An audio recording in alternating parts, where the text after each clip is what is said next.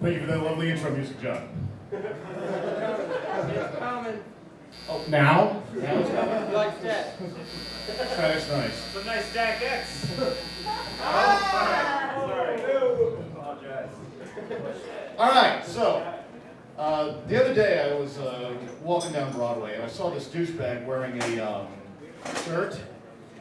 And the back of the shirt had a statistic on it. It said 88% of MU students would prefer to kiss a non-smoker. And I thought it was interesting that the shirt left out the other half of that statistic, which is that 100% of MU students know goddamn well that's what alcohol is for. I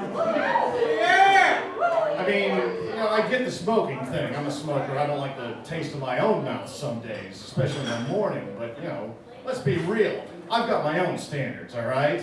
You know, and 99% of MU students don't fucking live up to them. You know, I'd rather make out with a girl who remembers Kurt Cobain and doesn't just have the one original thought per head like a prize in a plastic Easter egg, right? But, you know, I throw back a few Jamesons, and then I don't hate myself in the morning for divorcing the girl. Now, there have been a few times, you know, where I said yes to sex when the answer probably should have been no. You know, like where a woman propositioned me and there's a sober guy in the back of my head screaming, "What, are you out of your fucking mind? She's got more eyes than teeth." And then the drunk guy in my head says, "I don't care. Maybe if she gums it for a while, it'll get hard." I'm glad I did too, because gum jobs are fucking awesome. I don't know if anybody's invented the equivalent of a gum job for women, but I assure you ladies, we've got a team of scientists working around the clock to make that happen. Yeah, I firmly believe that every bottle of whiskey should come with a slogan.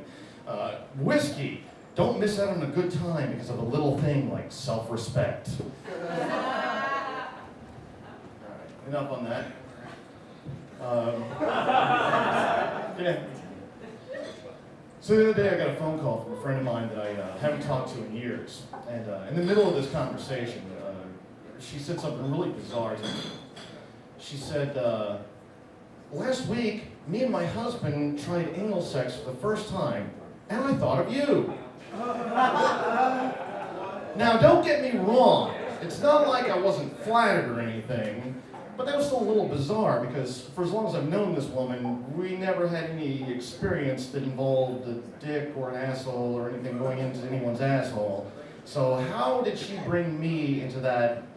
Like, how did my name pop up in your head while you had a dick in your ass is what I'm trying to ask. You know? I realize there's a connection here, but come on. You know, there've been a couple of, it made me feel bad for her husband too, because there's been a couple of times in my life where I introduced a woman to the wonderful world of anal sex, and I assure you, I had that woman's attention. She was not wondering what her bridge buddies were doing back at the nursing home, okay? I know what she was thinking because she was vocal about it, and it was something along the lines of, "Get it out, get it out, get it out!"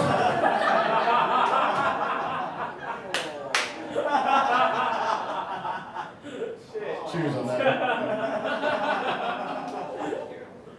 All right. So just recently I got into a fight on Facebook. And it was a fight about welfare. You know, the person I was fighting with is in favor of, you know, drug testing welfare recipients. My thought is, if you're getting something free from the government, I don't care. Just don't hurt anybody. And her retort to that was, "I'm angry as hell that someone somewhere might be having a little bit of fun with the $20 a year I put into the welfare system." So, since Bill's putting this up on YouTube later, and there's a possibility that this person might see what I'm saying here, I would just like to tell the following story into the camera, if you all bear with me. All right. A couple of years ago, I got fired from a job. And it took me a long time to find a new one, about 6 months.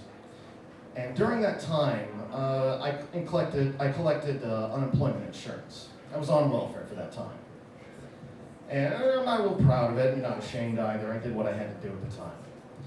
But if you're listening right now, I just want you to know that the whole time I was on unemployment, I did a lot of fucking drugs. I did all the drugs with your money. It was fucking awesome. I've still got some of them here. You can't have them back.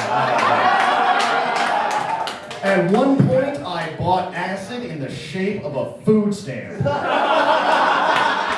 And then I did that acid off of a crack whore's government-subsidized titties and tripped so hard that a swarm of zombie Margaret Thatchers crawled out of my asshole